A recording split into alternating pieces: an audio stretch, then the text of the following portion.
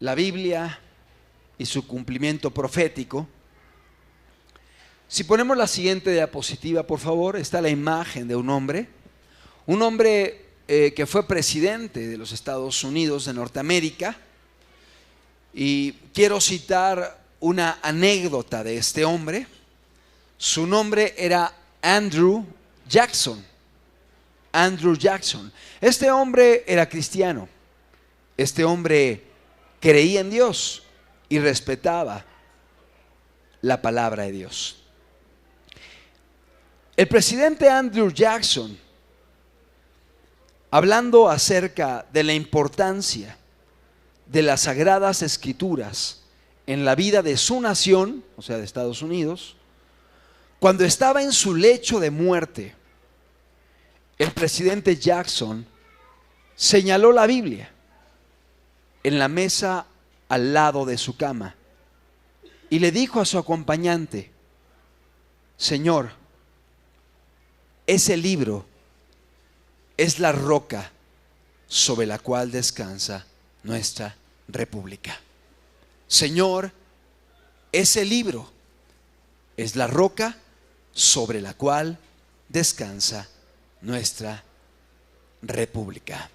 Mucha gente sabía que en sus inicios la nación de Estados Unidos respetó la palabra de Dios, le dio un peso a las escrituras. La palabra de Dios era estudiada en las aulas de las escuelas. Las clases en las escuelas comenzaban con la lectura de la Biblia, y aún en las escuelas había textos bíblicos escritos. Y no solamente en las escuelas, sino también en la Suprema Corte de Justicia o en el área judicial de los Estados Unidos, tenían monumentos con los 10 mandamientos, que es la ley moral de Dios. Tiempo después, esto fue sacado, esto fue quitado, porque la palabra de Dios fue sacada de las familias, fue sacada de las escuelas, fue sacada de los tribunales, fue sacada de la sociedad. Y por eso vemos una sociedad tan decadente como la de Estados Unidos el día de hoy, porque se han olvidado de Dios. Pero qué importante es que la palabra de Dios pueda estar como un fundamento en nuestras vidas, como lo fue en la historia de la nación de Estados Unidos. La palabra de Dios tiene más de 2000 profecías que se han ido cumpliendo. Y me gustaría que pudiéramos poner, por favor, la diapositiva número 4, que es un fragmento de este libro que cité, ¿Por qué creo? La diapositiva 4.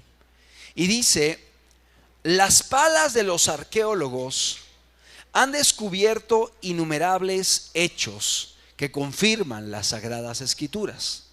Es decir, la arqueología, que estudia los vestigios de las civilizaciones antiguas a través de excavaciones, a través de revisar pues quizá algún tipo de objetos que se encuentran en medio de las investigaciones, encontrar pinturas que hay en las piedras, y a través de diferentes medios. Dice: las palas de los arqueólogos han descubierto innumerables hechos que confirman las Sagradas Escrituras.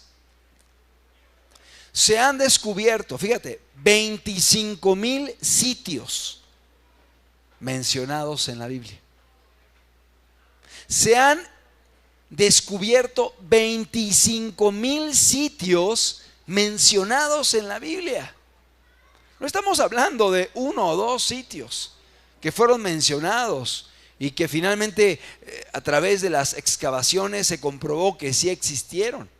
25,000 sitios que son mencionados en la Biblia se han descubierto por los arqueólogos o se han confirmado por los arqueólogos. La Biblia habla de Roma, habla de Grecia, habla de Damasco, habla de Atenas, habla del mar de Galilea, habla de Canaán, habla del río Jordán, habla de diferentes reinos que hubo, habla de la ciudad de Sodoma, etc.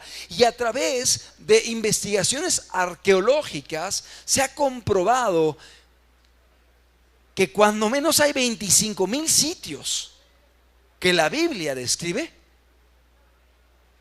que existieron. Qué fuerte. Por ejemplo, hay documentos como el libro del Mormón, que se han hecho investigaciones para confirmar que existieron las personas que son mencionadas en ese libro. Y no hay evidencias, no hay elementos.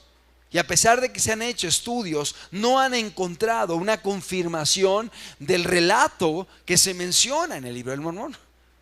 Pero por ejemplo, lo han hecho exactamente igual para con la palabra de Dios, y a través de la arqueología se han descubierto más de 25,000 sitios mencionados en la Biblia. Sigo leyendo. Así como miles de eventos e individuos mencionados en ella.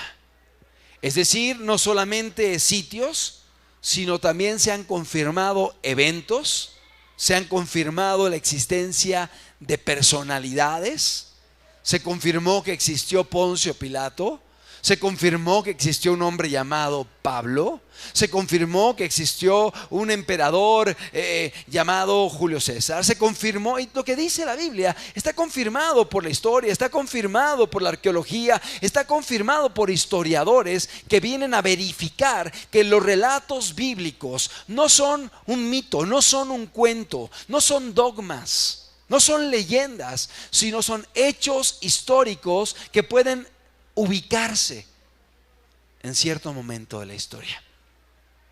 Y gracias a Dios que hubo escritores de la Biblia, como es el caso de el apóstol Lucas, que si me acompañas a tu Biblia, podrás ver cómo Lucas hacía mención de algunos datos que eran importantes para poder darle seriedad a lo que él estaba escribiendo. Si me acompañas al Evangelio de Lucas, en el capítulo 1, en el versículo número 1.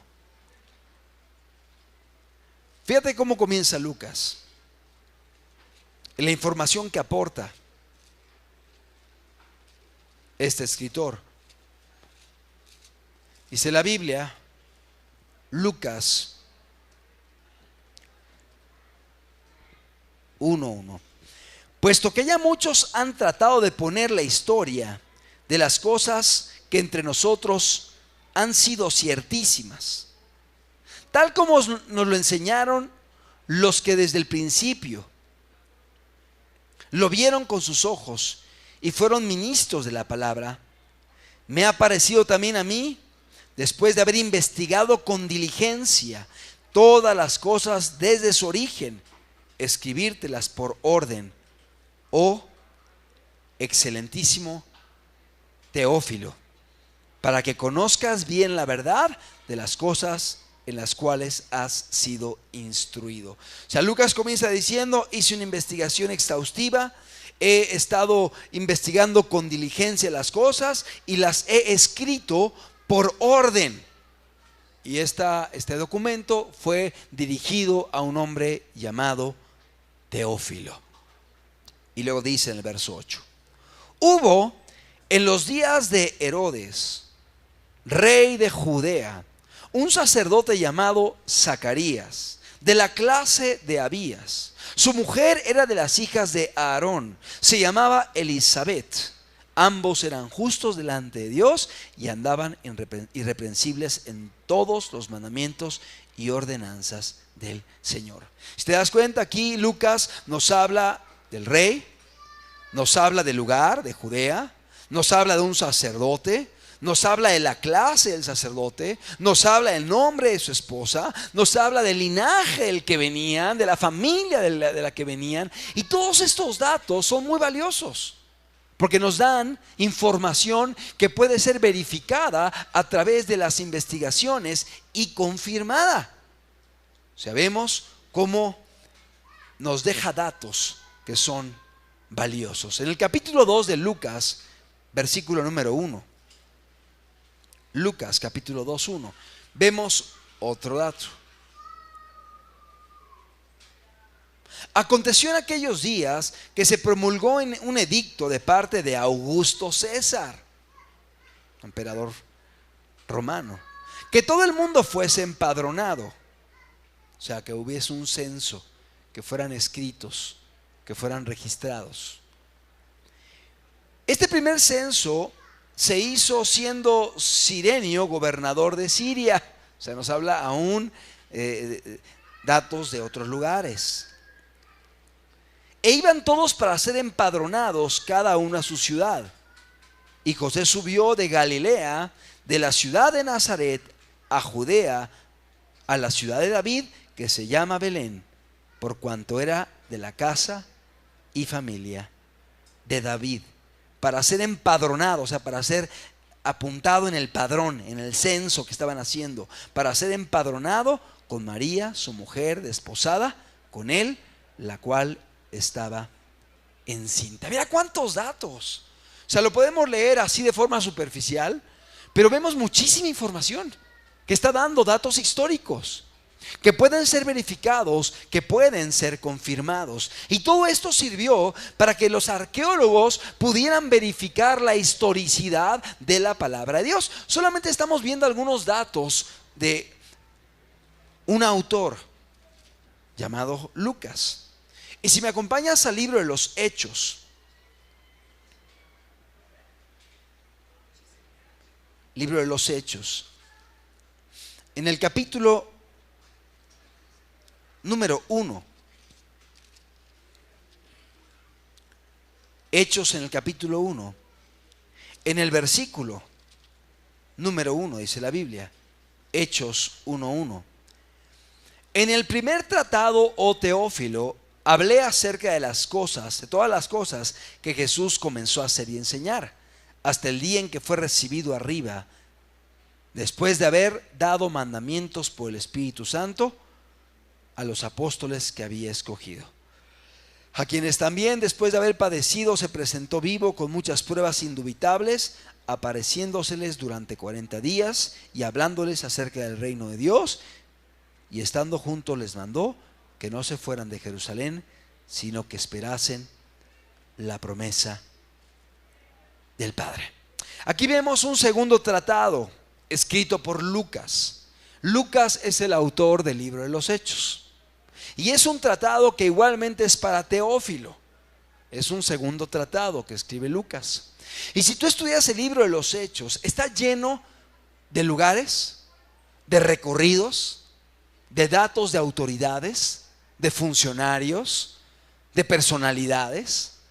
Y todo esto fue motivo o fue un documento que llevó a muchos arqueólogos a indagar e investigar y corroborar que la palabra de Dios era un documento firme, sólido e histórico. Y de hecho muchos de los arqueólogos que investigaron la Biblia lo hicieron inicialmente con mucha apatía y escepticismo e incredulidad. Pero después de estar indagando, investigando y confirmar que todo esto había acontecido, muchos de ellos decidieron rendir su vida a Dios, creyendo en la palabra y confiando en el autor de la Biblia. Qué importante es conocer todo esto, porque al entender que la palabra de Dios ha sido confirmada por la arqueología, ha sido confirmada por los estudios de las excavaciones, de los investigadores que han estado rascando y queriendo indagar acerca de las civilizaciones pasadas, y ha sido confirmada la palabra de Dios. No solamente la Biblia ha sido, no solamente la arqueología ha servido como ese instrumento, sino también el área de la profecía. Pero si ponemos la siguiente diapositiva, por favor, la número 5, vemos la imagen de un arqueólogo importante que se llama el doctor William Albright, de la Universidad Johns Hopkins. Este hombre, este doctor William Albright, para algunos es considerado como uno de los arqueólogos más importantes en toda la historia de la arqueología, particularmente en Norteamérica. Este hombre, el arqueólogo más destacado del siglo pasado, del siglo XX, que estudió en una de las grandes universidades de Estados Unidos, el doctor William Albright. Él dijo lo siguiente: no puede haber duda de que la arqueología ha confirmado la historicidad del Antiguo Testamento. No puede haber duda de que la arqueología ha confirmado la historicidad del Antiguo Testamento. Pero no solamente la arqueología, sino los acontecimientos históricos que se fueron dando posteriores a que se escribió la Biblia han venido a confirmar que la palabra de nuestro Dios es un libro sobrenatural que fue inspirado por Él y que su cumplimiento profético también es una realidad. Si podemos, por favor, poner la diapositiva número 3. Hay una recompensa de $1,000 por si alguien está interesado. Perdón, de $1,000. $1,000. Estamos, pues, quizá con el cambio del día de hoy estaríamos hablando de unos cerca de $20,000. Una recompensa de $1,000. Esta la está otorgando una compañía de Denver que se llama The Christian Victory Publishing Company. Una compañía de Denver en Estados Unidos. ¿Para quién es la recompensa? Para que la persona que presente a un individuo, a un personaje en el cual se cumplan solamente 8 de las profecías mesiánicas del Antiguo Testamento, que se ha presentado, y ellos le van a dar $1,000 de recompensa. ¿Por qué hacen esto? Porque ellos saben que para que en alguien se pudieran cumplir las profecías que fueron escritas por Isaías, por Jeremías, por Daniel, por quizá Zacarías y diferentes profetas que escribieron siglos atrás hablando de las características que acompañarían al Mesías, es imposible que se cumplan en una persona tantas profecías. Es decir, según la ley de las probabilidades, es algo completamente imposible. Solamente 8 profecías. Por ejemplo, vamos a centrarnos en el cumplimiento profético de la Biblia y vamos a centrarnos en el personaje de Jesús.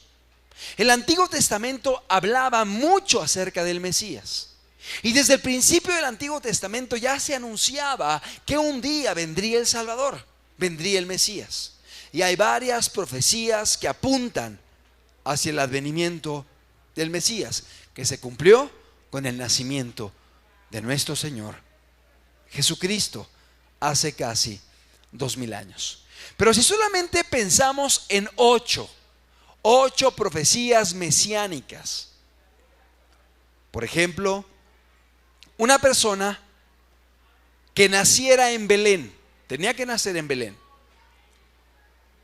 2, que fuera precedido por un mensajero que anunciara su venida. ¿Quién fue el mensajero?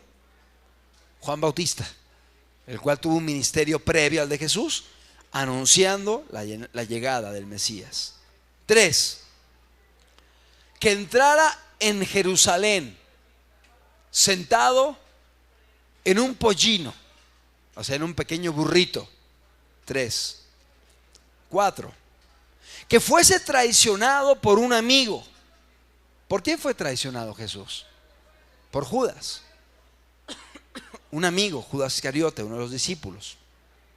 5, que fuese vendido por 30 piezas de plata. O sea, que fuera traicionado por 30 piezas de plata. 6, que esas piezas de plata fuesen arrojadas en el templo de Dios, en la casa de Dios. 7, que hubiera sido acusado injustamente y haberse quedado mudo delante de sus acusadores, no haberse defendido. teniendo elementos para haber presentado una defensa y haber descalificado a sus acusadores, haberse quedado mudo. 7. Y 8, que fuese crucificado, siendo horadadas sus manos y siendo horadados sus pies, en medio de 2 ladrones. Solamente 8 profecías que vienen mencionadas hace cientos de años antes de Jesús. Solamente para que esas 8 profecías se cumpliesen, si ponemos por favor la diapositiva número 6. ¿Qué probabilidad habría? Esta probabilidad: 1 en un 1 con 17 ceros. O sea, 1 a la 10 a la 17. O sea, es prácticamente imposible que pudiese cumplirse esto. Es prácticamente imposible que en alguien pudieran darse estas 8 profecías. Solamente 8 profecías. Es algo que según la ley de las probabilidades analiza qué puede acontecer o qué es imposible que acontezca.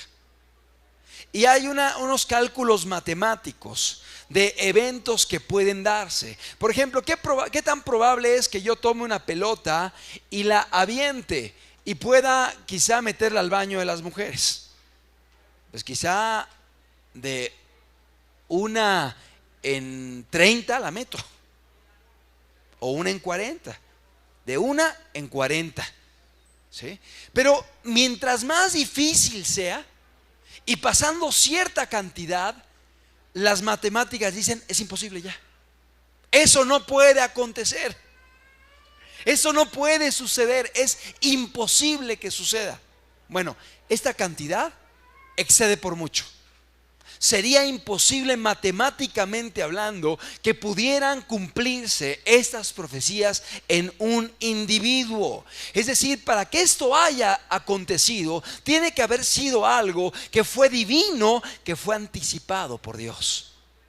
Una inspiración divina, algo que Dios anticipó de una forma sobrenatural para que la gente pudiera creer y confiar en Dios. Solamente para entender un poquito lo que representa esta cantidad que pusimos aquí en la pantalla, de un 1 acompañado de 17 ceros, o sea que es un número que pues no puedo mencionar porque es demasiado grande, para que podamos entender la probabilidad para que esto aconteciera. Vamos a imaginarnos que en el estado de Chihuahua, Sonora, Durango, Sinaloa y Zacatecas, 5 estados que abarcan casi una tercera parte de la República Mexicana, el 30% de la República Mexicana, el 30% del territorio mexicano. Imagínate que arrojáramos monedas de 10 pesos, así en todos estos 5 estados, que sería casi la tercera parte del territorio mexicano. Y arrojáramos tantas monedas que lo cubrieran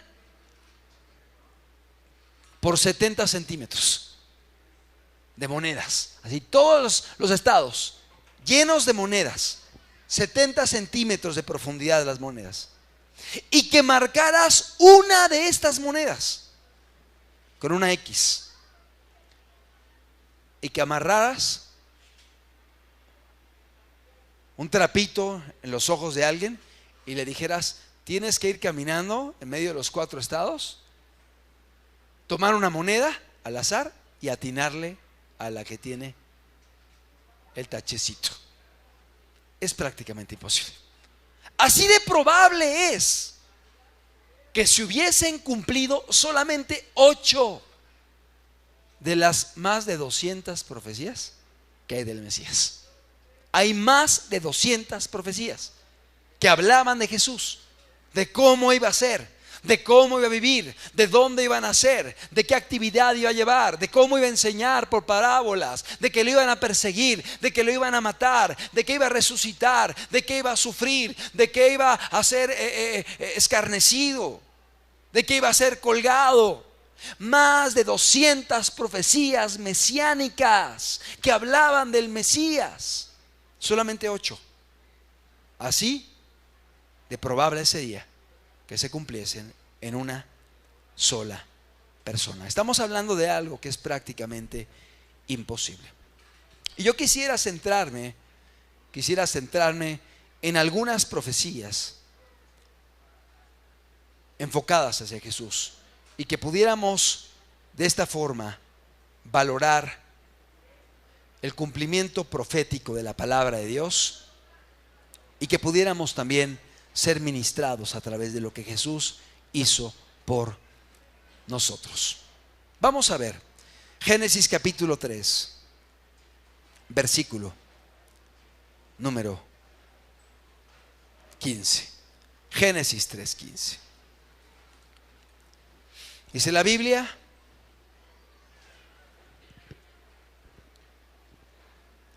Génesis 3:15, y pondré enemistad entre ti y la mujer, y entre tu simiente y la simiente suya. Esta te herirá en la cabeza, y tú le herirás en el calcañar. ¿Cuándo se hablaron estas palabras? En el momento en que el hombre había pecado en contra de Dios. En el momento en que Adán y Eva habían pecado en contra del Señor. Estas palabras fueron dadas por Dios a Adán. Y Dios le dijo: pondré enemistad entre ti y la mujer, y tu simiente y la simiente suya. Y bueno, las palabras son mencionadas como una maldición para el hombre, y también en este caso para la serpiente. Le está diciendo que pondré enemistad entre ella y la mujer, y la simiente de la mujer. ¿A quién se refiere? A Jesús, el cual nacería de la mujer, como un descendiente de la mujer. Y le dice Dios a la serpiente: esta te herirá en la cabeza, la simiente de la mujer, y tú le herirás en el calcañar. Es decir, la palabra de Dios ya desde el Génesis estaba hablando de esa guerra espiritual que iba a haber entre la simiente de la mujer, que es Jesús, y entre el diablo. El diablo iba a herir a Jesús en el calcañar. ¿Y cuándo fue herido Jesús en el calcañar? En la cruz. Cuando fue golpeado, cuando fue azotado, cuando fue escarnecido, cuando fue juzgado injustamente y menospreciado. Fue herido en el calcañar. Le despojaron sus ropas, le pusieron una corona de espinas, le vistieron con ropas reales, se rieron de él, le dieron puñetazos, le dieron bofetadas. Finalmente, después de haberlo flagelado, lo entregaron para ser crucificado. Fue herido en el calcañar. La herida en el calcañar nos habla de una herida que no es mortal, una herida que no es tan grave, una herida que no es tan profunda. Finalmente es dolorosa, pero no es mortal. Y le dijo Dios a la serpiente: tú vas a herir a la simiente de la mujer, a Jesús, en el calcañar, pero la simiente de la mujer te va a herir en la cabeza. La herida en la cabeza es una herida mortal. Es una herida que quita la vida. ¿Y a qué se refiere? Se refiere al mismo evento de la cruz. Porque en la cruz Jesús fue herido en el calcañar, pero Satanás fue herido en la cabeza. Es decir, Jesucristo a través de su muerte, Jesucristo a través de lo que él hizo en la cruz del Calvario, a través de su sacrificio, él estaba derrotando al diablo. Él estaba acabando con esa maquinación del diablo de destruir a toda la raza humana, y estaba dando la oportunidad al ser humano de tener la vida eterna. Es decir, a través de la obra redentora en la cruz del Calvario, Jesucristo propinaba un golpe en la cabeza de la serpiente, un golpe mortal, allí fue derrotado en la cruz. Y ahí dice la palabra de Dios que fue clavada el acta de decretos que habían contra nuestra. ¿Cuántos dan gloria a Dios? Fue golpeado en la cabeza. Sí fue herido, sí fue molido, sí sufrió en la cruz y fue herido en el calcañar, pero Él asentó un golpe sobre la cabeza del diablo, derrotándolo en la cruz del Calvario y dándole al ser humano la oportunidad del perdón de los pecados y la oportunidad de la vida eterna. Es decir, desde el Génesis vemos profetizado lo que Jesús había de hacer por esta humanidad. En Isaías, en el capítulo 7, en el verso 14, Isaías 7, 14.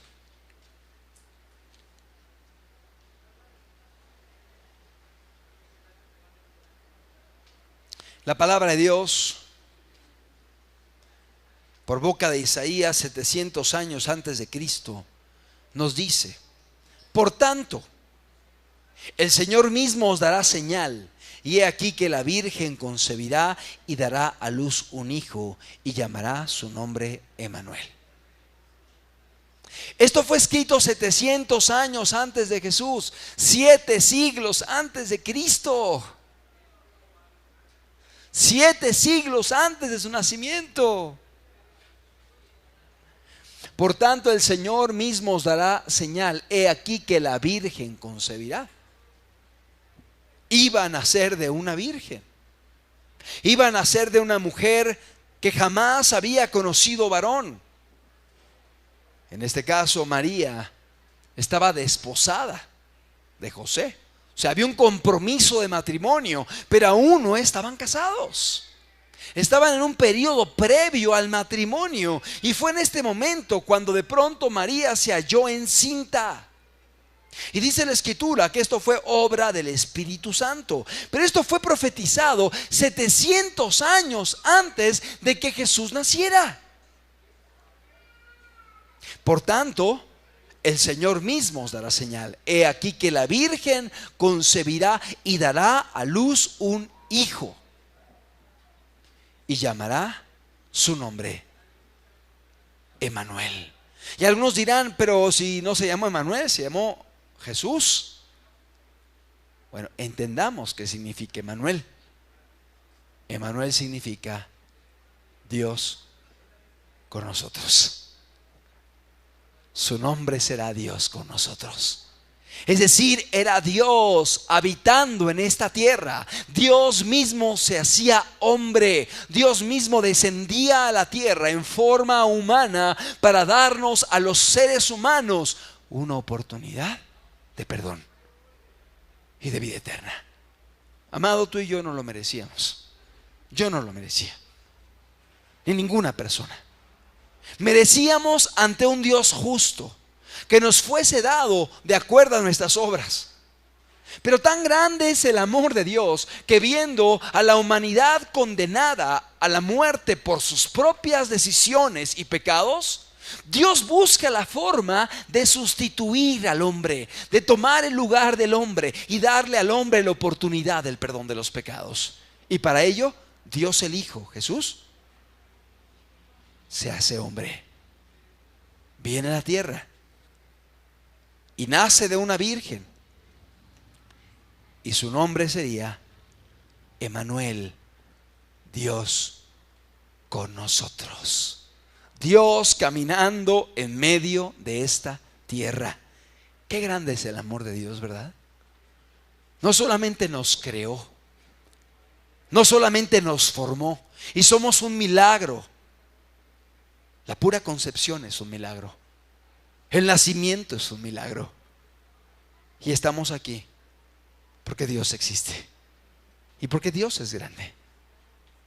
Pero merecíamos la condenación por la vida que un día llevamos. Cada quien conoce su vida, cada quien conoce lo que ha hecho, cada quien sabe su historia. Yo no sé tu historia, pero Dios sí la sabe. Y Dios conoce todo lo que hemos hecho.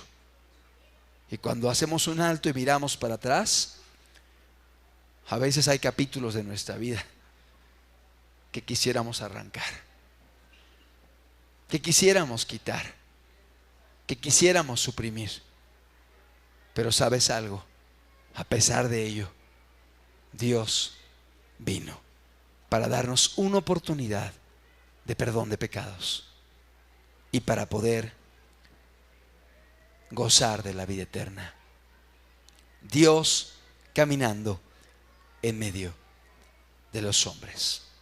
Génesis capítulo 22, verso 18. Otro pasaje.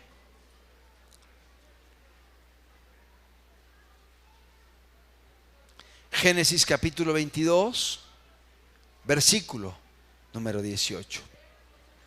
Dios le está hablando a Abraham y le dice: en tu simiente serán benditas todas las naciones de la tierra, por cuanto obedeciste a mi voz.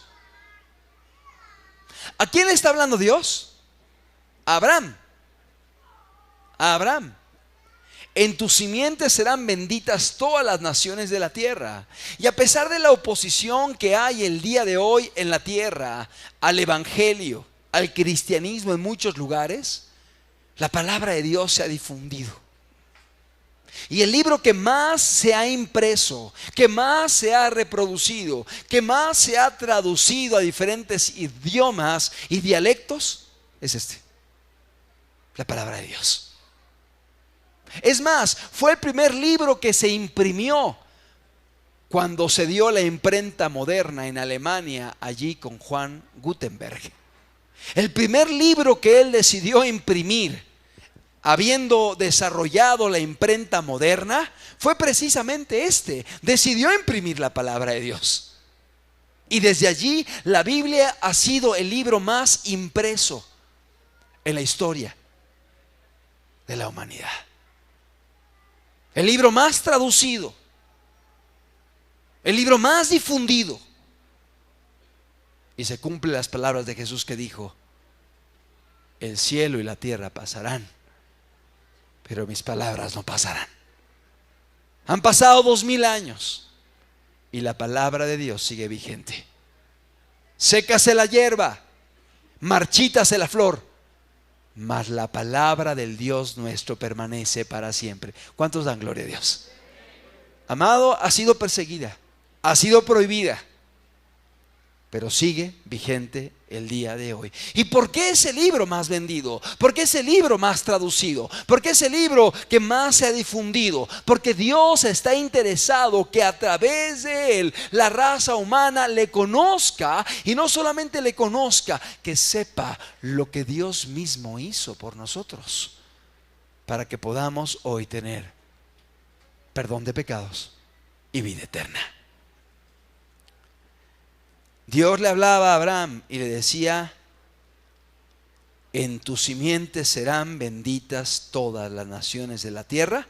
Verso 18. ¿Por cuanto qué? Por cuanto obedeciste mi voz.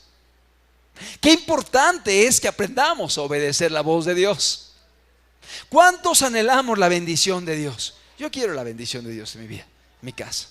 Bueno, si queremos la bendición de Dios, tenemos que aprender a obedecer. La bendición de Dios llegó sobre Abraham porque Abraham fue obediente. Abraham obedeció a Dios y fue más o menos la constante en su vida. Y sí es cierto, la palabra de Dios también nos menciona errores y pecados de personajes bíblicos. Y nos lo muestra para que podamos entender que si el hombre se descuida, puede desviarse, puede errar, puede fallar, y siempre habrá consecuencias. Y Dios lo deja en la palabra porque la Biblia no es un libro antropocéntrico, no es un libro que esté centrado en el hombre, es un libro teocéntrico. El centro de la Biblia es Dios. El objetivo de la Biblia es exaltar a Dios, que conozcamos a Dios, que honremos a Dios y que creamos en Él. Porque si la Biblia fuese un libro antropocéntrico, donde el centro fuese el hombre, el exaltar al hombre, el ensalzar al hombre, pues lo que haría sería suprimir sus errores, sus fallas, sus deslices, sus defectos, y lo pondría casi como un Dios, una deidad. Pero la palabra de Dios no es así. Te habla de los aciertos de Noé, te habla de la obediencia de Noé, te habla de la justicia de Noé, pero también te habla que en un momento dado en su vida plantó una viña y se embriagó. La palabra pudo haberlo quitado, pero lo deja para que temamos, para que seamos cuidadosos y para que entendamos que eran hombres con luchas, con tentaciones y con debilidades. Por eso dice la palabra de Dios: quien piense estar firme, mire que no caiga. Mire que no caiga. Tómate de Dios, sujétate fuerte de Él, depende de Él, porque si le pasó a ellos, te puede pasar a ti. Vemos la vida de Abraham, un hombre justo, un hombre recto, un hombre obediente, un hombre valiente. Pero también la palabra de Dios menciona algunos capítulos donde cometió errores, malas decisiones, o llegó a fallarle a Dios. Es cierto, el tenor de su vida era la obediencia, era la rectitud, era la santidad, era el valor. Pero finalmente la palabra de Dios lo deja ahí.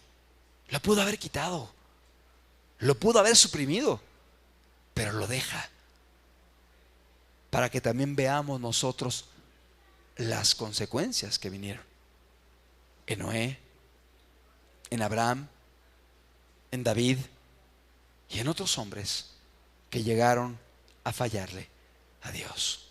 La palabra de Dios es un libro que es teocéntrico, está centrado en Dios y tiene como objetivo que creamos en Dios, que confiemos en Él, levantar el nombre de Dios, ensalzar el nombre de Dios, y que no miremos al hombre, sino que miremos a Dios.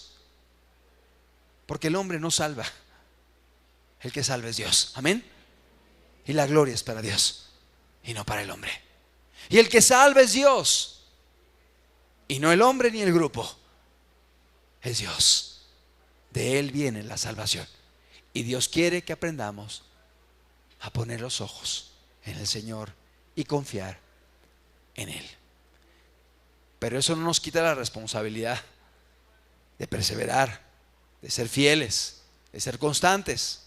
Y aún si Dios deja situaciones como estas que he mencionado en la Escritura, no es para que digamos: ah, bueno, Abraham falló, yo también puedo hacerlo. Ah, bueno, Moisés lo hizo. Ah, bueno, también yo puedo caer. No lo deja Dios para eso. Lo deja para que veamos las consecuencias. Por ejemplo, en la vida de Moisés, un hombre manso, un hombre obediente, un hombre constante, y de pronto un exabrupto en su carácter, un arrebato en su carácter, una reacción violenta. Pueblo rebelde, y golpeó la peña y se enojó, y Dios le dijo: ¿sabes qué, Moisés? No vas a entrar a la tierra prometida. Señor, déjame entrar a la tierra. No vas a entrar, Moisés. Señor, tantos años andar en el desierto dando vueltas, el cansancio. Señor, yo quiero entrar. Moisés, no vas a entrar porque no me justificaste delante del pueblo. Amado, uno lee eso, ¿qué produce? Temor.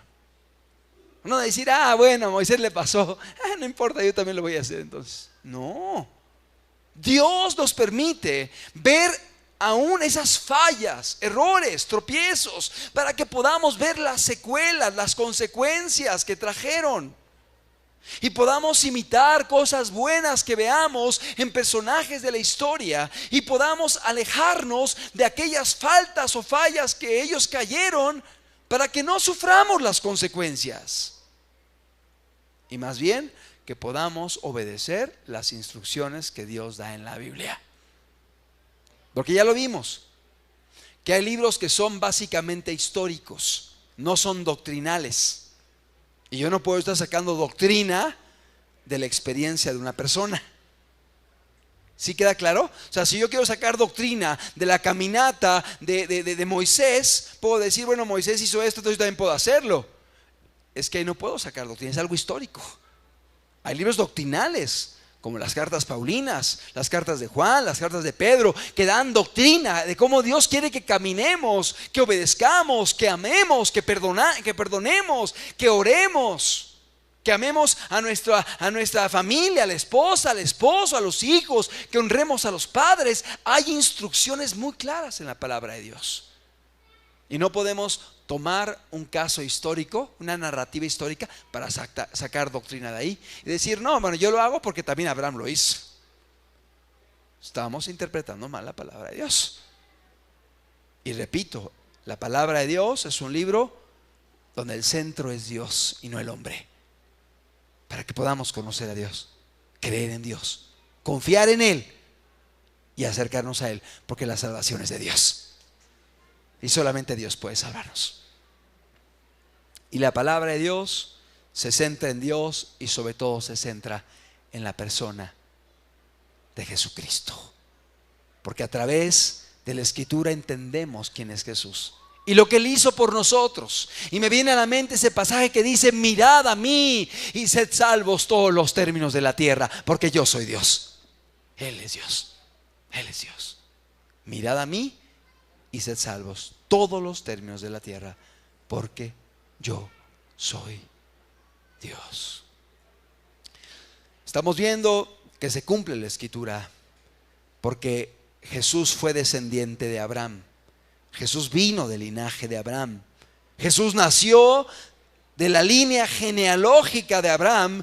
Y en el nacimiento de Jesús son benditas todas las naciones de la tierra a través de un descendiente de Abraham, que es Jesús.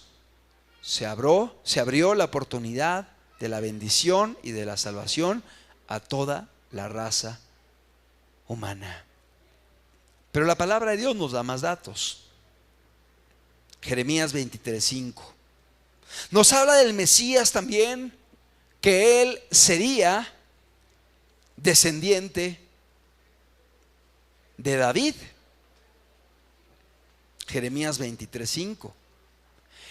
He aquí vienen días, dice Jehová, en que levantaré a David renuevo justo. Está hablando de un descendiente de David.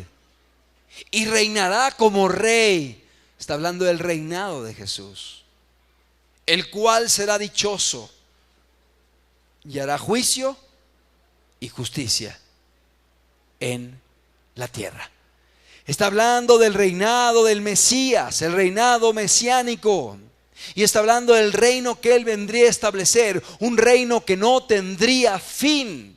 Pero dice de quién sería descendiente. Ya vimos de Abraham, pero viene la línea genealógica de Abraham y llega a David. Y de David se abre a varios hijos. Bueno, nos va indicando cómo viene la línea genealógica de Jesucristo, que vendría de David y antes vendría de Abraham. He aquí vienen días de Jehová, que levantaré a David nuestro renuevo justo, y reinará como rey, el cual será dichoso y hará juicio y justicia en la tierra. Y por eso la gente esperaba del Mesías un reinado, y querían que fuera un reinado terrenal. Esperaban que el Mesías llegara y estableciese un imperio semejante al imperio de David. David tuvo un imperio muy próspero, de mucha fuerza militar y política. Un imperio que pudo tener estabilidad y aparte conquistar, derrotar enemigos. Y después su sucesor, que fue su hijo Salomón, tuvo un imperio de mucha bonanza, de mucha estabilidad, de mucha expansión. Y los judíos esperaban algo así en cuanto al Mesías que iba a llegar. Y por eso muchos, cuando vieron a Jesús llegar, decían: aquí viene nuestro rey, bendito el hijo de David, bendito el rey que viene en el nombre del Señor, hosana en las alturas. Pensaban que venía el que habría de liberarlos de los romanos y establecer un reinado militar, económico y político en aquella época. Pero no entendían que el reinado que viene a establecer Jesús es un reinado espiritual y es un reinado eterno. Es un reinado no solamente en esta vida, sino un reinado para la vida eterna. Y Él quiere que seamos parte de este reino. Descendiente de David, eso lo escribió Jeremías, siglos antes del nacimiento de Jesucristo. ¿Qué más decía la Biblia acerca de Jesús? Fíjate lo que dice Miqueas en el capítulo número 5.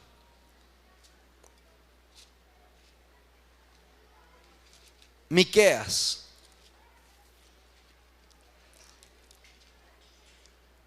en el capítulo número 5, en el versículo número 2. Miqueas fue escrito aproximadamente en el año 740 antes de Cristo. Otra vez estamos hablando de siglos antes de que naciera el Mesías. Dice Miqueas 5:2: pero tú, Belén Efrata, pequeña para estar entre las familias de Judá, de ti me saldrá el que será Señor en Israel. Mira qué bonito, está hablando del Mesías, está hablando del Salvador que iba a nacer en Belén y que iba a nacer de la tribu de Judá. David venía de la tribu de Judá. Pero tú, Belén Efrata, pequeña para estar entre las familias de Judá. O sea, una ciudad pequeña, una ciudad insignificante, una ciudad menospreciada, pequeña para estar entre las familias de Judá. De ti me saldrá el que será Señor en Israel. Y sus salidas son desde el principio, desde los días de la eternidad. Está hablando del Mesías como el eterno, aquel que no tiene principio ni fin, el eterno haciéndose hombre para poder habitar en medio de nosotros. Miqueas lo escribe 700 años antes de Jesús y nos habla precisamente de esta manifestación del Mesías, el cual nacería en Belén, que sería de la familia de Judá, que sería rey de Israel, y el cual es el Dios eterno.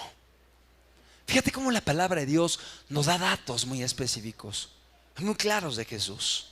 Y efectivamente Jesús nació en Belén. ¿Vivía Jesús en Belén? No vivía en Belén. Se movió a Belén por lo del censo, ya lo leímos. Precisamente se dan las circunstancias y José toma a María, su mujer, y como va a haber un censo, se cita para hacer un censo y tenían que ser empadronados, pues se va con María, su mujer, para ser empadronado. Y ahí se cumplen los días de su alumbramiento. O sea, como Dios va moviendo todas las circunstancias para que todo se fuese cumpliendo al pie de la letra.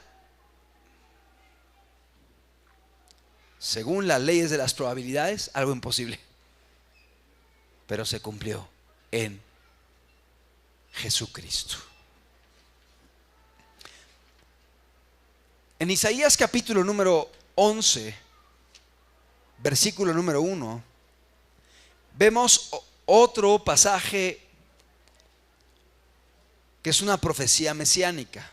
Nos habla del futuro del Mesías. ¿Cómo sería el Mesías? Isaías capítulo número 11, versículo 1. 700 años antes de Cristo. Saldrá una vara del tronco de Isaí. Está hablando de alguien que nacería de Isaí, así como un renuevo de Isaí. Ay, el renuevo de tal persona es su hijo, ¿no? El renuevo. Saldrá una vara, un renuevo del tronco de Isaí, y un vástago retoñará de sus raíces. Está hablando de un descendiente de Isaí. Está hablando del Mesías, de Jesús. Verso 2. Y reposará sobre él el espíritu de Jehová, espíritu de sabiduría y de inteligencia, espíritu de consejo y de poder, espíritu de conocimiento y temor de Jehová. Y le hará entender diligente en el temor de Jehová. No juzgará según la vista de sus ojos, ni arguirá por lo que oigan sus oídos, sino que juzgará con justicia a los pobres y arguirá con equidad por los mansos de la tierra. Y herirá la tierra con la vara de su boca, y con el espíritu de sus labios matará al impío. Habla de varios puntos importantes. Por un lado, habla de que vendría de la descendencia de Isaí. ¿Quién fue Isaí? El papá de David. Y ya vimos que viene mencionando toda la línea genealógica. Jesús nació de Isaí, de David, y así va la línea genealógica, el árbol genealógico hasta el nacimiento de Jesús. La palabra de Dios iba mencionando el caminito que iría llevando hasta su nacimiento. ¿Qué más nos dice? Que sobre él reposaría el Espíritu Santo. ¿Se acuerdan de cuando Jesús fue bautizado? ¿Quién lo bautizó? Juan Bautista. Y dice la palabra que cuando Jesús fue bautizado y salió del agua, de pronto descendió el Espíritu Santo como una paloma y reposó sobre Jesús. El Espíritu de Jehová reposará sobre él. La gente lo vio, cómo desciende el Espíritu Santo y reposa sobre el Mesías. Se cumple en Jesús. El cumplimiento está en él. El Espíritu reposaría sobre él. Y dice la palabra de Dios que en él habría sabiduría, en él habría consejo, en él habría poder, en él habría conocimiento. Y vemos a Jesús en su ministerio, palabras de sabiduría, palabras de ciencia, palabras de consejo, un ministerio poderoso, sanidades, liberaciones, resurrección de muertos, algo que había sido anunciado por los profetas. Los ciegos verán, los sordos oirán, los muertos serán levantados y el evangelio será predicado a los pobres. Gloria a Dios. Amado, todo esto se cumplió en Jesucristo. Y aun cuando comenzó el ministerio de Jesús, dice la palabra ahí por boca de Lucas, que se sentó en el templo y abrió el libro del profeta Isaías y comenzó a leer: el Espíritu de Jehová está sobre mí, por cuanto me ha llamado el Señor a dar libertad a los cautivos. Y empezó a citar a Isaías, y todos los ojos estaban puestos en él. Y cuando terminó de citar Isaías, dijo: hoy se ha cumplido esta palabra delante de vosotros. Él mismo lo estaba diciendo. El Mesías ha llegado, el Salvador del mundo está en medio de nosotros. Y los fariseos decían: Señor, ¿cuándo vendrá el reino de Dios? Y Jesús les dijo: no digan helo aquí o helo allá, porque el reino de Dios está en medio de vosotros. Ya estaba allí. Y estaba siendo instaurado el reino de Dios, ese reino eterno que no tendrá fin, porque Jesús es el Rey de los reyes y el Señor de los señores. Y Él está salvando a gente para su reino. Y ese reino no va a terminar con la muerte. La muerte simplemente va a ser un medio para que podamos gozar eternamente con nuestro Rey. Amado, el reino de los cielos está en medio de vosotros. El Señor sigue salvando. El Señor sigue atrayendo. El Señor sigue incluyendo. El Señor sigue enrolando a personas en su reino. No, lo importante no es ser parte de este grupo. Lo importante es ser parte del reino de Dios. El venir aquí y el decir, soy parte del grupo de Zaragoza, soy discípulo de Zaragoza, o soy congregante de los domingos de Zaragoza. Pero si no hay una entrega de corazón, si no hay un caminar con Dios y estar siendo parte de este reino espiritual, de nada sirve, porque el grupo no salva. El que salva es Jesucristo, y Él pone las condiciones. Y si el hombre no se arrepiente, y si el hombre no cree en Él de todo corazón y rinde su corazón a Él, no puede ser parte de su reino.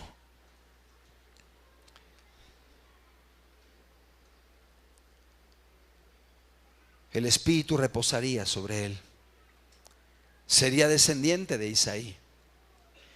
Pero si volvemos a poner Isaías 11, en el capítulo número 3, y le hará entender diligente en el temor de Jehová. No juzgará según la vista de sus ojos, ni arguirá por lo que oigan sus oídos, sino que juzgará con justicia a los pobres, y arguirá en equidad por los mansos de la tierra, y herirá la tierra con la vara de su boca, y con el espíritu de sus labios matará al impío.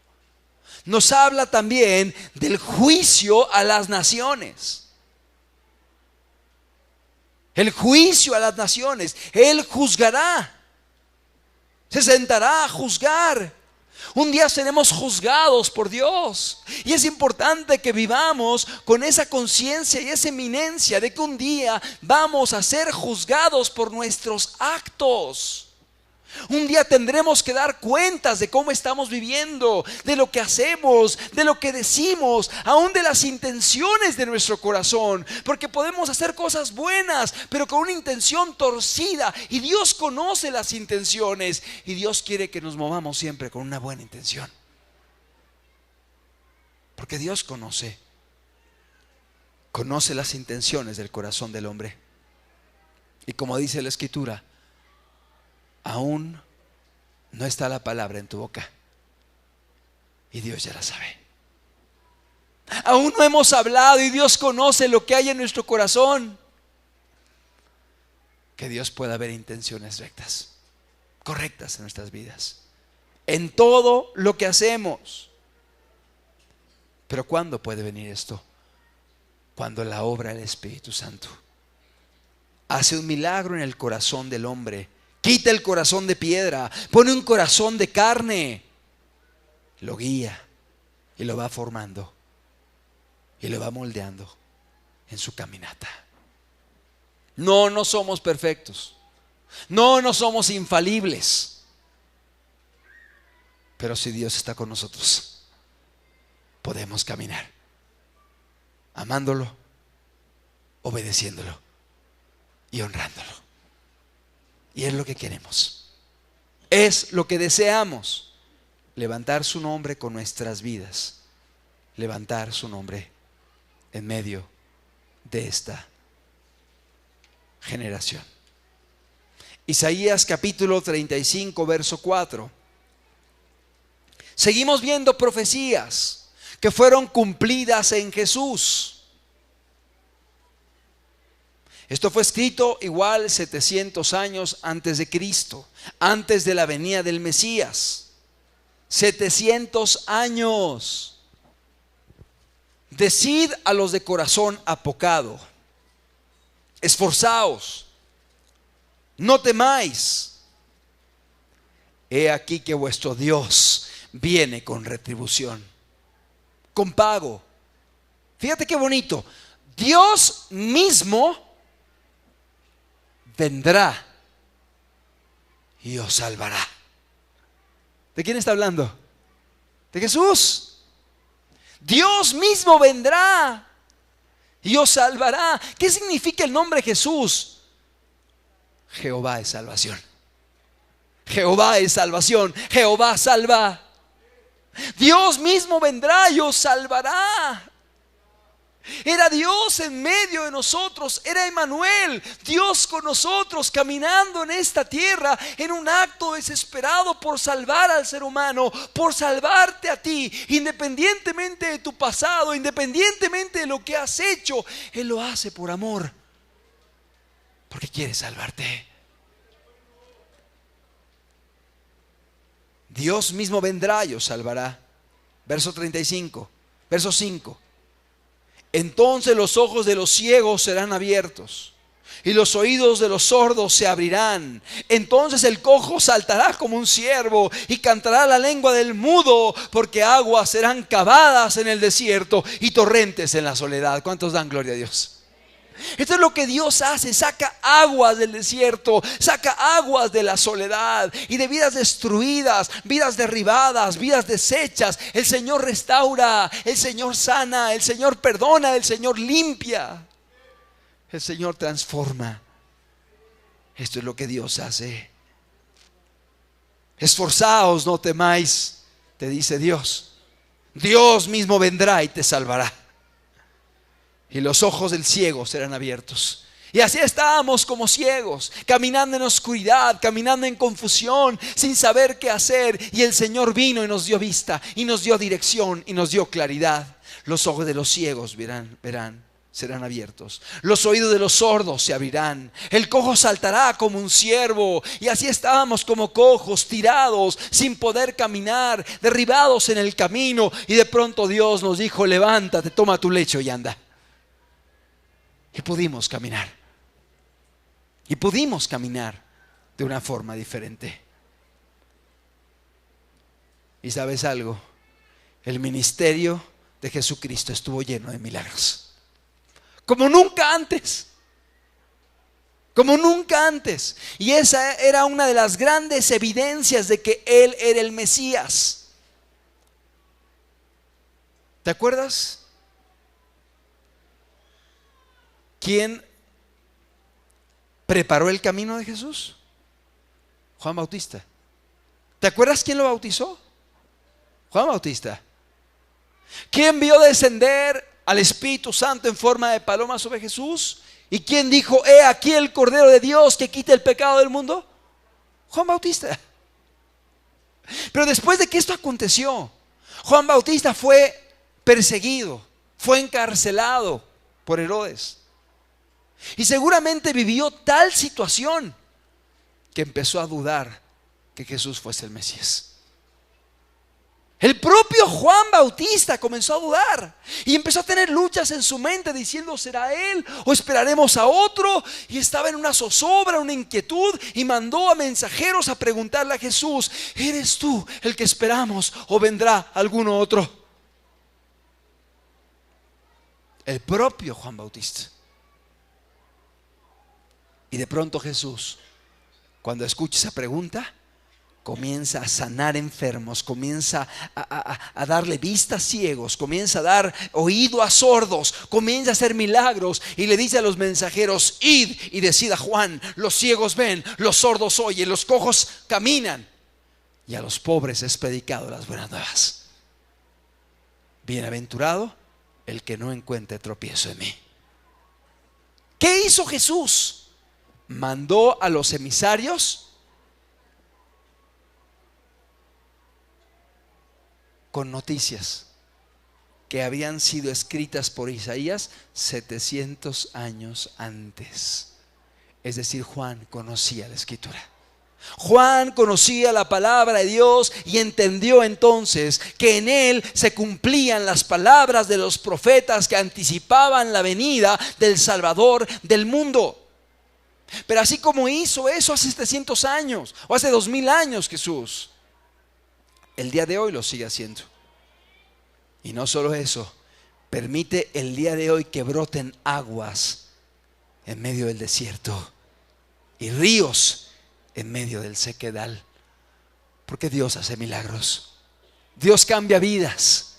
Dios transforma corazones, pero ¿qué tiene que haber en nosotros para que esto sea una realidad? Tiene que haber una humildad, tiene que haber una disposición de caminar con Él, de abandonar aquello que le desagrada, de creer en Él de todo corazón y de seguirle. Y seguimos leyendo. Zacarías, capítulo número 9. Versículo número 9. Zacarías capítulo 9, versículo número 9. Dice la palabra de Dios de la siguiente forma: alégrate mucho, hija de Sión, da voces de júbilo, hija de Jerusalén. He aquí, tu rey vendrá a ti, justo y salvador,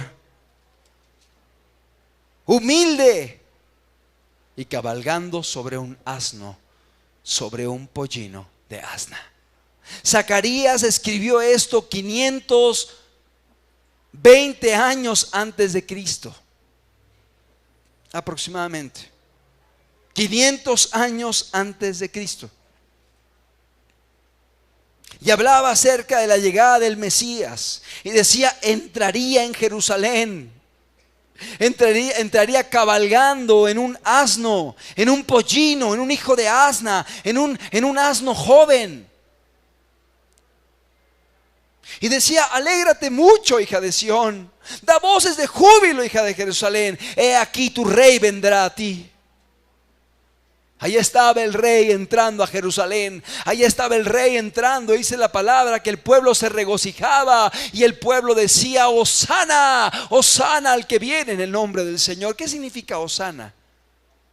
Sálvanos, sálvanos, rey, sálvanos, hijo de David. Hosana, Hosana, sálvanos.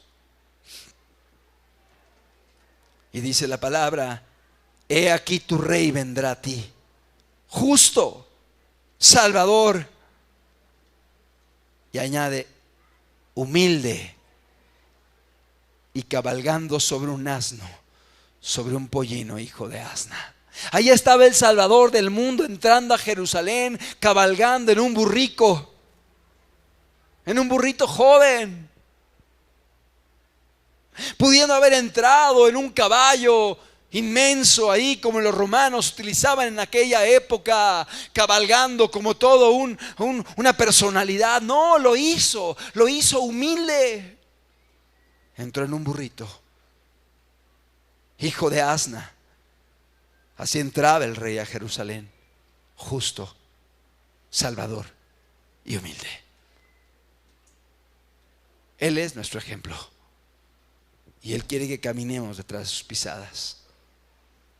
Tenemos que poner los ojos en Cristo y ver cómo es que Él vivió, cómo Él se condujo, cómo Él caminó, y seguir sus pisadas. Salmo capítulo 41, versículo 9. Libro de los Salmos, en el capítulo 41, versículo número 9. El libro de los Salmos fue escrito en diferentes épocas y de hecho hay varios autores. No todos los salmos son de David. Hay salmos de Asaf, hay salmos de otros autores. Y este libro de los Salmos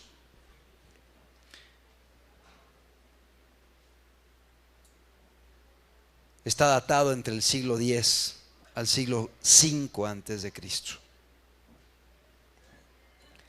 Dice Salmo 41:9: aún el hombre de mi paz, en quien yo confiaba, el que de mi pan comía, alzó contra mí el calcañar. Es una profecía mesiánica que habla de la traición de Judas a Jesús.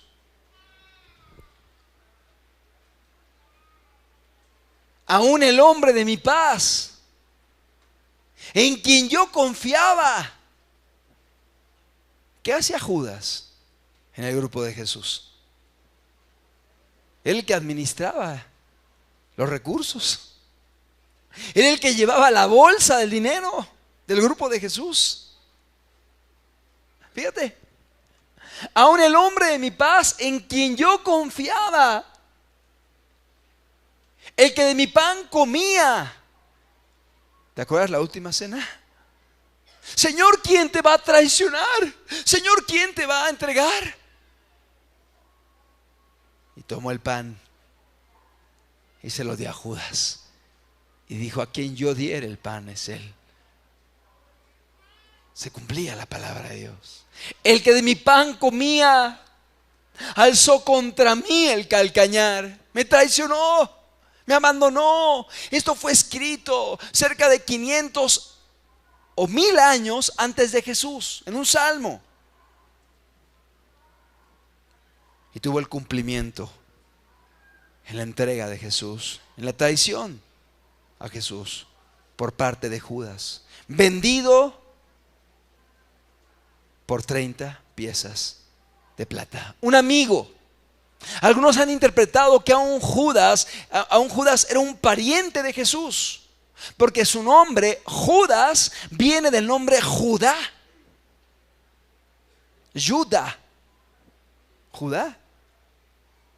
Y habla de la tribu de Judá. Y Jesús venía de la tribu de Judá. Era un nombre muy común entre aquellos que eran descendientes de Judá. Y Judas Iscariote significa varón de Queriot. Y Queriot era una zona de Judá. O sea que Judas era familiar de Jesús. No solamente era amigo, no solamente era discípulo, era familiar. Era la tribu de Judá. Y él fue el que traicionó al Mesías. Amado, qué difícil, qué duro. Pero aún así nuestro Salvador perseveró. Siguió adelante, fue fiel. No se desanimó. ¿Sabes por qué? Por amor a ti. Por amor a cada uno de nosotros.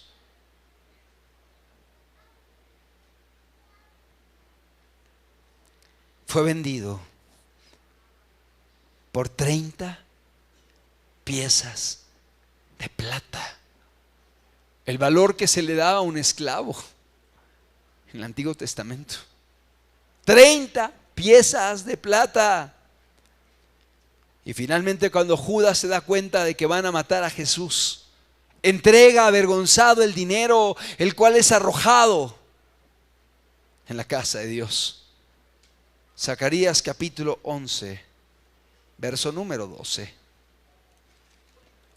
Zacarías capítulo 11, versículo número 12.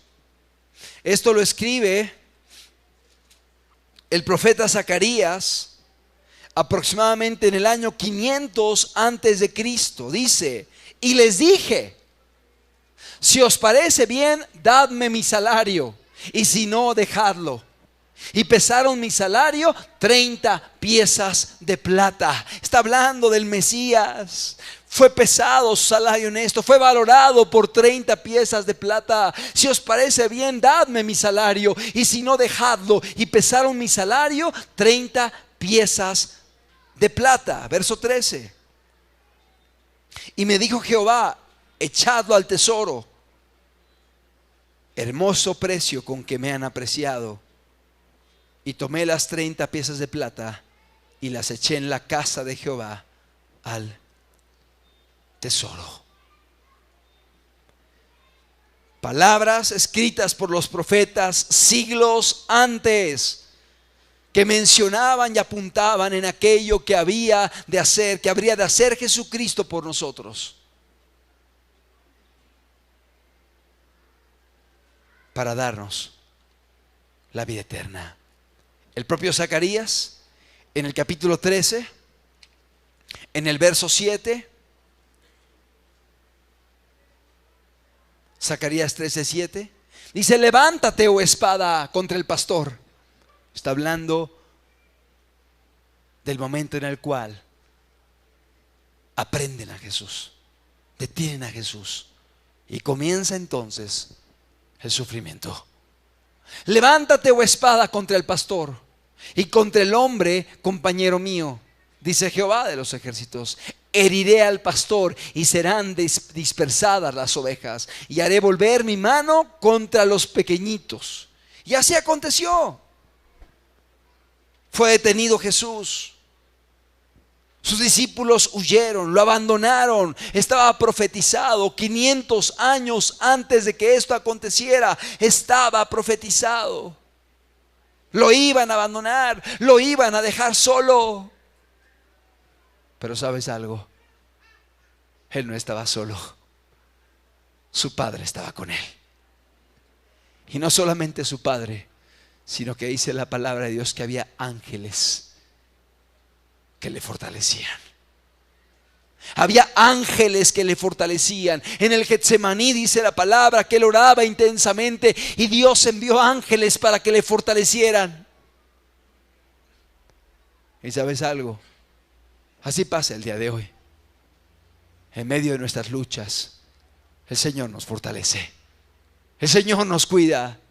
El Señor está con nosotros.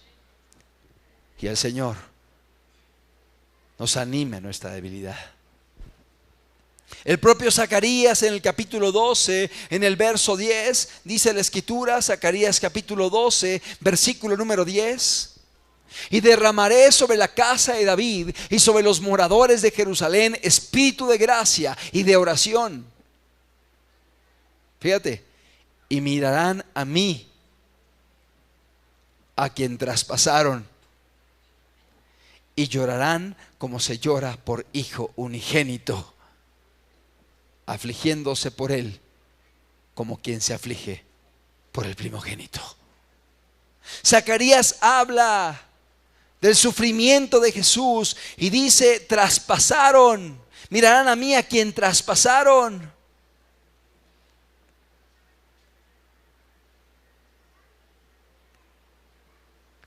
La palabra de Dios nos dice cómo Jesucristo fue lastimado, fue humillado, sufrió por nosotros. Y hermanos, es importante que entendamos que todo esto que sufrió Jesús tiene un propósito: que podamos estar con Él eternamente. Eternamente.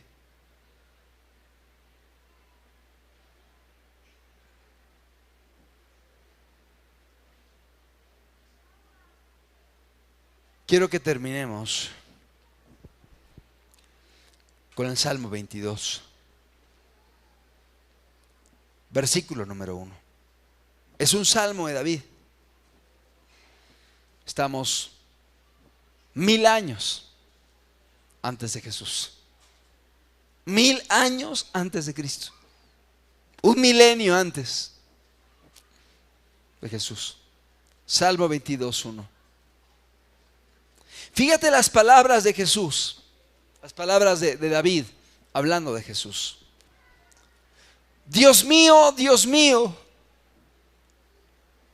¿por qué me has desamparado? Salmo 22:1. Dios mío, ¿por qué me has desamparado? ¿De quién fueron esas palabras? De Jesús en la cruz. Dios mío, Eloí, lama sabactani. 1000 años antes, David citaba estas palabras. Dios mío, ¿por qué me has desamparado?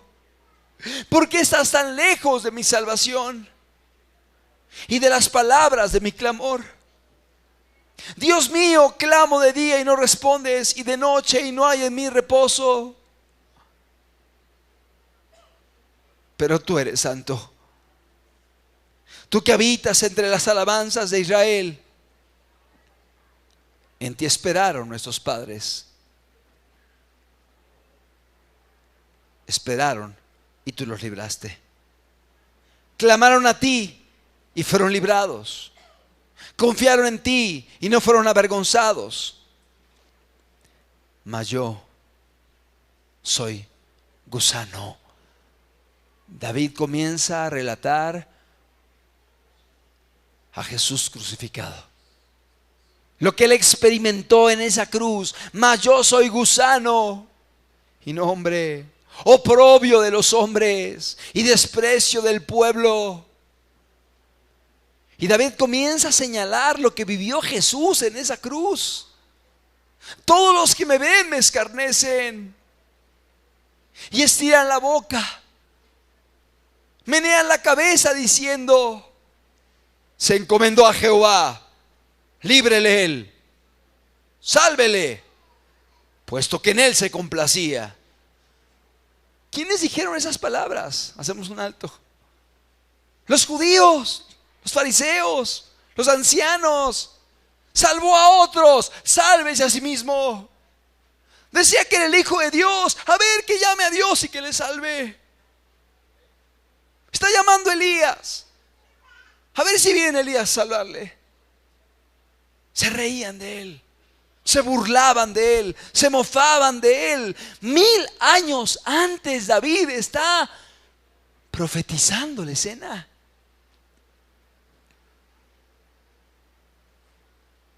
Verso 7.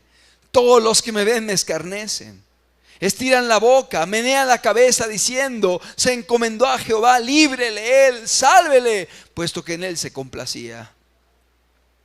Verso 9. Pero tú eres el que me sacó del vientre, el que me hizo estar confiado desde que estaba en los pechos de mi madre. Sobre ti fui echado desde antes de nacer. Desde el vientre de mi madre, tú eres mi Dios. No te alejes de mí, porque la angustia está cerca, porque no hay quien ayude. Eso sentía Jesús en la cruz. La angustia está cerca, no hay quien ayude. Verso 12. Me han rodeado muchos toros, fuertes toros de Basán me han cercado. Él veía a los soldados, él veía a la gente ahí, él veía a la muchedumbre gritando, maldiciéndolo, él veía a la guardia romana y decía: fuertes toros de Basán me han rodeado. Y seguramente había ahí también una guerra espiritual a su alrededor terrible que él podía percibir. Abrieron sobre mí su boca, verso 13, como león rapaz y rugiente. He sido derramado como agua. Se empieza a hablar del sufrimiento en su cuerpo. Y todos mis huesos se descoyuntaron. Habla de cómo los huesos se iban zafando en medio de la crucifixión. Los huesos se iban descoyuntando, se iban zafando por el peso del cuerpo, por las horas estando colgado. Se iban descoyuntando los huesos. Mis huesos se descoyuntaron. Mi corazón fue como cera. En la crucifixión el trabajo cardíaco es un trabajo intenso por el dolor, por el sufrimiento, por la pérdida de sangre. El corazón tiene que estar trabajando, bombeando. Y dice: mi corazón fue como cera. O sea, como derritiéndose. Derritiéndose en medio de mis entrañas. Como un tiesto se secó mi vigor y mi lengua se pegó a mi paladar. Eso habla de la deshidratación, eso habla de la pérdida de sangre, eso habla del dolor en todo el cuerpo y aún la lengua pegada al paladar. ¿Te ha pasado que estás tan deshidratado que cuando la lengua sientes que te va pegando y los labios se pegan porque no hay líquido en el cuerpo? Él llevaba horas, horas sufriendo, horas con pérdidas de sangre en el sol, el juicio, la crucifixión. Mi lengua se pegó a mi paladar y me has puesto en el polvo de la muerte. Verso 16. Porque perros me han rodeado, me ha cercado cuadrilla de malignos. Horadaron mis manos y mis pies. Le hicieron agujeros a mis manos, le hicieron agujeros a mis pies. David veía 1000 años desde antes, veía lo que acontecería, veía los orificios hechos en las manos y en los pies. Pero no eran los clavos los que sostenían a Jesús en la cruz. Era el amor. Era el amor por ti. Era el amor por ti. Era el amor por ti. Horadaron mis manos y mis pies. Contar puedo todos mis huesos. Habla de ese dolor en todo el cuerpo, que podía sentir el dolor en cada hueso, en cada parte del cuerpo. Entre tanto ellos me miran y me observan. La gente le miraba, la gente le observaba. Estaba ahí en alto. Ellos me miran y me observan. Verso 18. Repartieron entre sí mis vestidos, y sobre mi ropa echaron suertes. Y se confirma en la historia, se confirma en lo que aconteció 1000 años después, donde echaron suertes sobre la ropa, repartieron la vestimenta de Jesús. Verso 19. Mas tú, Jehová, no te alejes, fortaleza mía, apresúrate a socorrerme. Libra de la espada mi alma, del poder del perro mi vida. Sálvame de la boca del león y líbrame de los cuernos del búfalo, de los búfalos. Amado, David profetizó 1000 años antes lo que había de sufrir Jesucristo. Y efectivamente, todo esto aconteció con un propósito: que hoy podamos estar aquí reunidos, que hoy podamos tener una esperanza de vida eterna, que hoy podamos saber que hay perdón de los pecados en Cristo Jesús, que hoy podamos saber que alguien murió por nosotros y pagó por nuestras deudas, para que hoy podamos ser llamados hijos de Dios. Habiendo sido enemigos, adversarios y rebeldes, hoy podemos ser amigos, hoy podemos ser sus hijos. Hoy podemos entrar a su presencia por lo que hizo Él en la cruz del Calvario. Amado,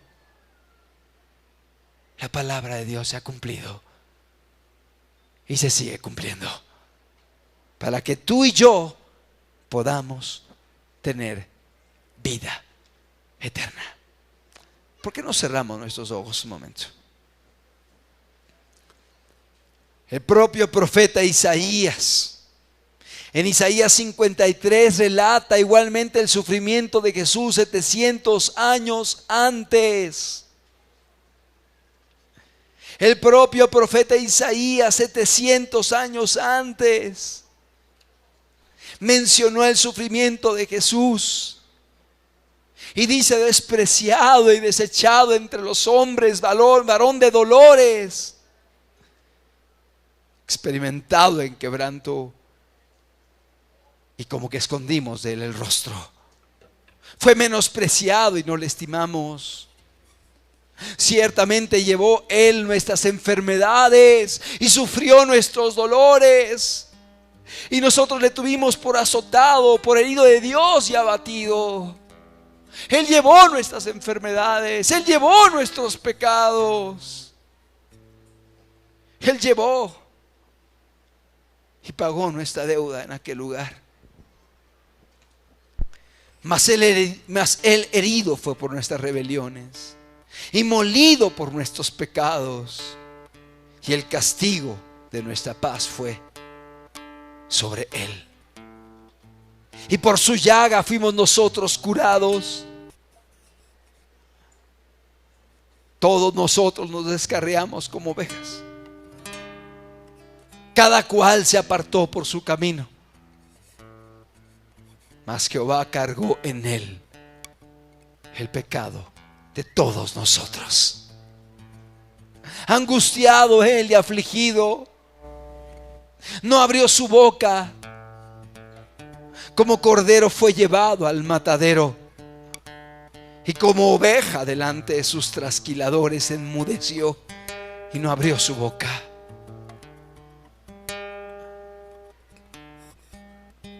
Por cárcel y por juicio fue quitado. Y su generación, ¿quién la contará? Porque fue cortado de la tierra de los vivientes. Y por la rebelión de mi pueblo fue herido. Él fue herido por nuestra rebelión. Él fue herido por nuestros pecados. Él fue herido por lo que nosotros hicimos.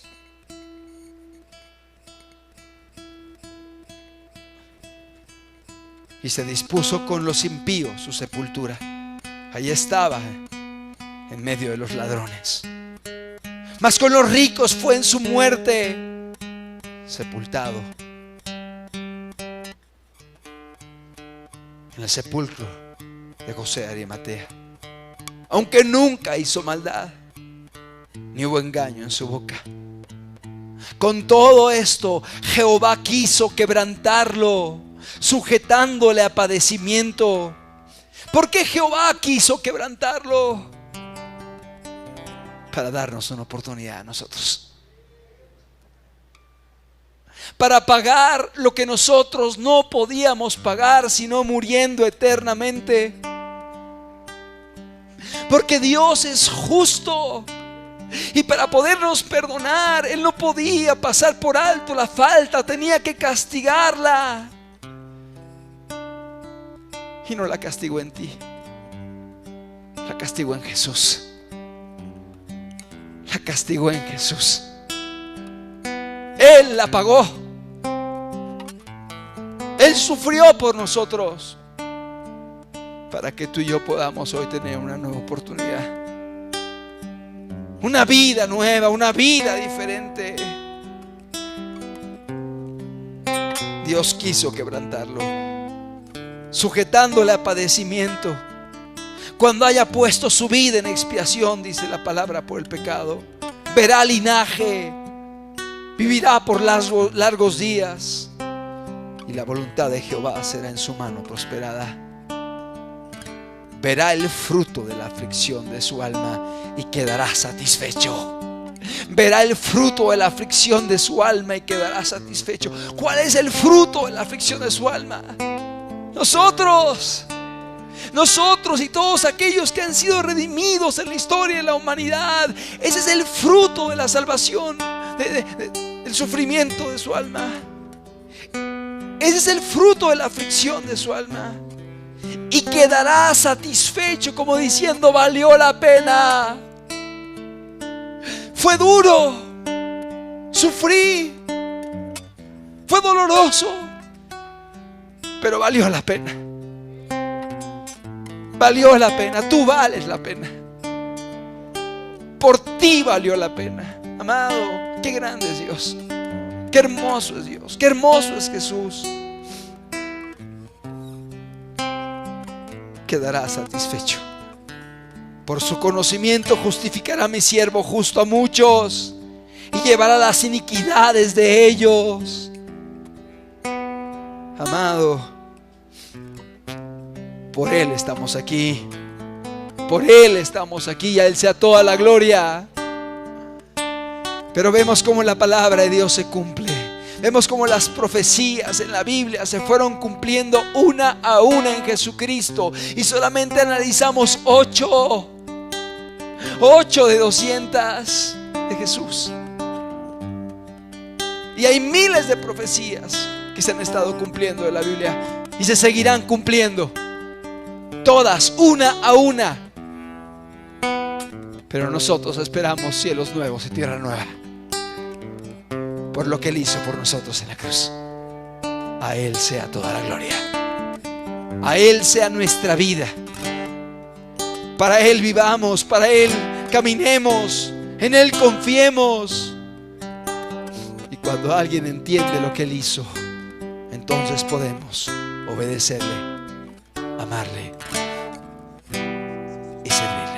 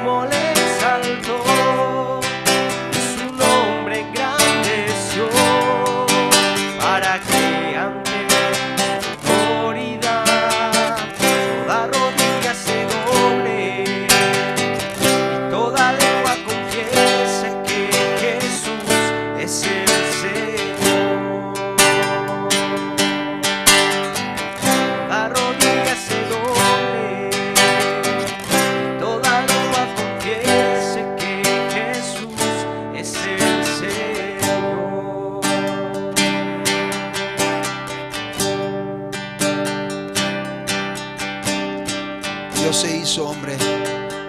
Dios habitó en medio de nosotros. Él dio su vida por nosotros, para que hoy nosotros podamos caminar de una forma distinta y podamos tener la oportunidad de la vida eterna. Él es digno de toda la gloria. Él es digno de toda la alabanza.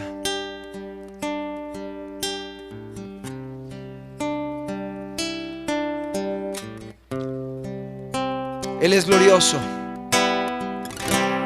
Él es el Dios victorioso. Él venció al mal. Y todo reino y poder están bajo sus pies. Él venció en la cruz por amor a nosotros. Y por eso hoy estamos aquí. Y Él quiere darte una oportunidad de vida eterna. Pero para ello es importante que le rindas tu corazón, que le entregues tu vida, que permitas que Él entre a tu corazón, a tu vida, y que pueda ser el Señor de tu vida, alejándote de aquello que tú sabes que le desagrada y creyendo en Él, entendiendo lo que Él hizo por ti, por amor a tu vida. Vamos a terminar esta reunión dándole la gloria a Jesucristo, el cual está en medio de nosotros.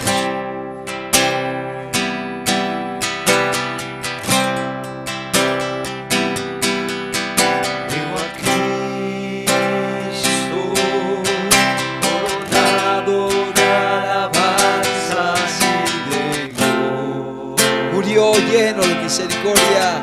Murió lleno de misericordia, Venciendo con poder y la gloria. venciendo con poder y gran gloria.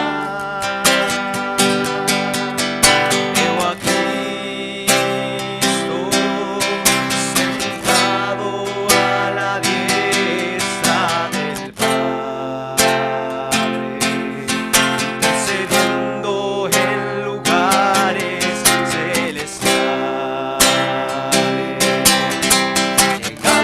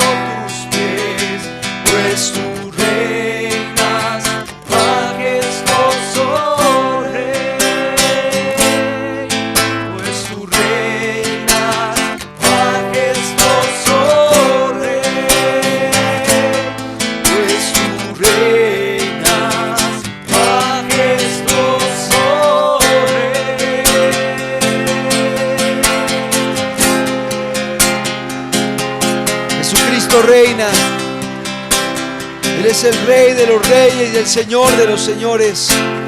Y Él quiere reinar en tu vida, Él quiere reinar en tu corazón, Él quiere reinar en tu familia, Él quiere reinar. Él es el Rey de los reyes. A Él sea toda la gloria. Gracias, Señor Jesús, por tu palabra. Gracias, Dios, porque nos muestras, Padre, que podemos confiar en ti, Señor, y en lo que has prometido, Señor. Valoramos la Escritura, Señor, y agradecemos por ella. Que las verdades que nos has hablado, Señor, puedan representar, Señor, algo muy valioso para nosotros en nuestro caminar, a fin de que podamos llegar hasta la meta, Señor. Muchas gracias, Padre, en el nombre de Cristo Jesús. Amén.